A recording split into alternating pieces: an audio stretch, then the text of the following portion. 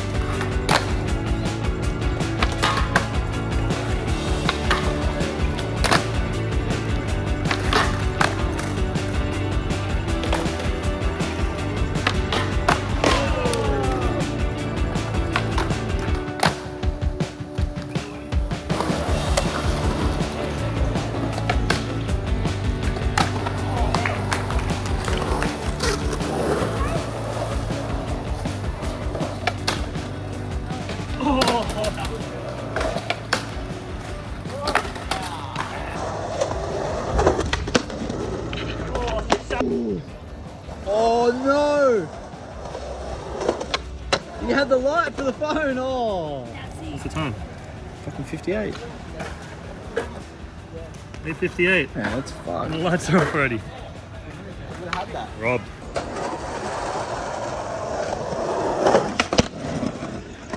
Oh!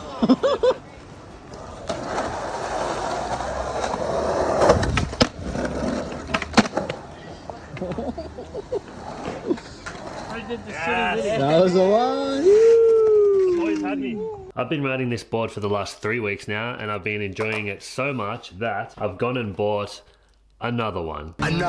So this graphic's sick, the big toad on it. I love the pink ply on the bottom too. So I'm already looking forward to riding this for my next board after the yellow one's done. So this is the smallest board that I've ridden in a long time. So it did take me a little while to get used to that. I rode the 9.4 inch Shell Razor board from Heroin for about 2 skates. But before that, I was riding the 9.8 Stingy Thingy board, which was 9.8 at its widest point. So within the span of 1 to 2 weeks, I went from a 9.8 wide board down to this 9.1 board. So obviously it felt really small to begin with. So that first session at Waterloo, it took me a while to get used to the size of it and how small it felt. But after I did get used to it, this board reminds me the most of the Frankie Villani primitive egg board. Even now, the last few weeks that I've been riding this, it feels like I'm riding that primitive 9.1 egg board. And I really like that board too. The only difference is this has a wheelbase of 14.47, so it's closer to 14.5. The Frankie Villani board had a 14.25 inch wheelbase. So it's like I'm riding that board, but even better because this one has a longer wheelbase. So I'm able to stand better on the board and be more comfortable. So this board's sick. I'm so happy I got it sent to me and started riding these boards. It's the same wood that Dwindle used to use, which is DSM Wood Shop, like I said, and they're pretty stiff and rigid wood. Their boards actually feel really good. And it's good to see the whole Enjoi crew going to another company or starting a new company and feeling that fire again. You can see it in their videos. They're so happy to be traveling together, skating together still. And it's really nice to see that Enjoi was able to be reincarnated into what Jacuzzi is now. Plus having an Aussie on the team, Jackson Pills here, you know we got to support the Aussies out there. So it feels good riding Jacuzzi boards and knowing where the money's going to go to. I got this one for free obviously, but I bought another one because I want to try and support what they're doing. Now that they've branched off on their own, they're not owned by this massive sports corporation. They can do what they want with the company and have more fun now. So it's sick to see what Louis is doing over there at Jacuzzi. Their boards skate really well. Shout out to Mappy once again for sending me a couple of these boards. I didn't go too deep into the review of how this board felt, so if you want to get a deeper look on how the primitive Frankie Villani egg board felt, then check out this video here because that felt very similar to this board. It's actually crazy how similar those boards feel because they're from 2 different companies and 2 different wood shops. So check that video out here and I'll see you guys in the next one. Peace.